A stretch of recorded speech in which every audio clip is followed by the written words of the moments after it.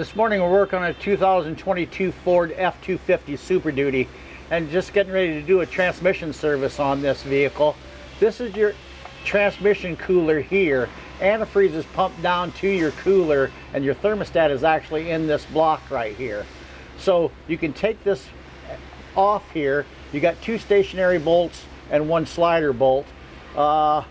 Actually got one stationary bolt and two sliders on this, and this will drop down, and then you can pull your transmission lines out of the side of the transmission right here to be able to do a service. We have an adapter that goes into this area right here, and then on the back side of this, if you didn't want to pull this cooler all off and pull these lines off, there's a plug back here at towards the back of the transmission that you can pull. That's a 19mm plug, and you can actually do a dipstick exchange on this 10R140 transmission.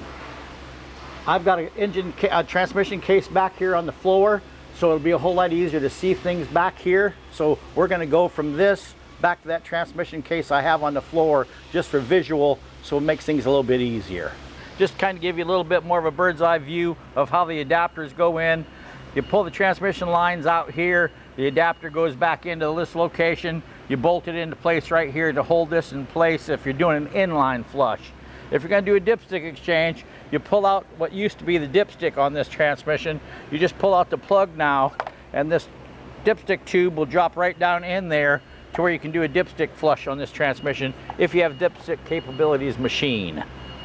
When you get ready to start filling the fluid back in this, when I did the flush on the pickup truck that I was working with, it took out 10.8 quarts. Once you get putting fluid back into the transmission, if it gets up to about 5-6 quarts, I would suggest starting the pickup truck if you're doing a dipstick exchange, because when I was doing that one, it kind of ran out this fill hole and kind of gave me the indication that it's got a little bit of a drain back torque converter in it. So once you get all done with this procedure over here, then you go over to the other side of the transmission, and on this side of the transmission, this is your check plug here. So the vehicle has to be running in order to take this out.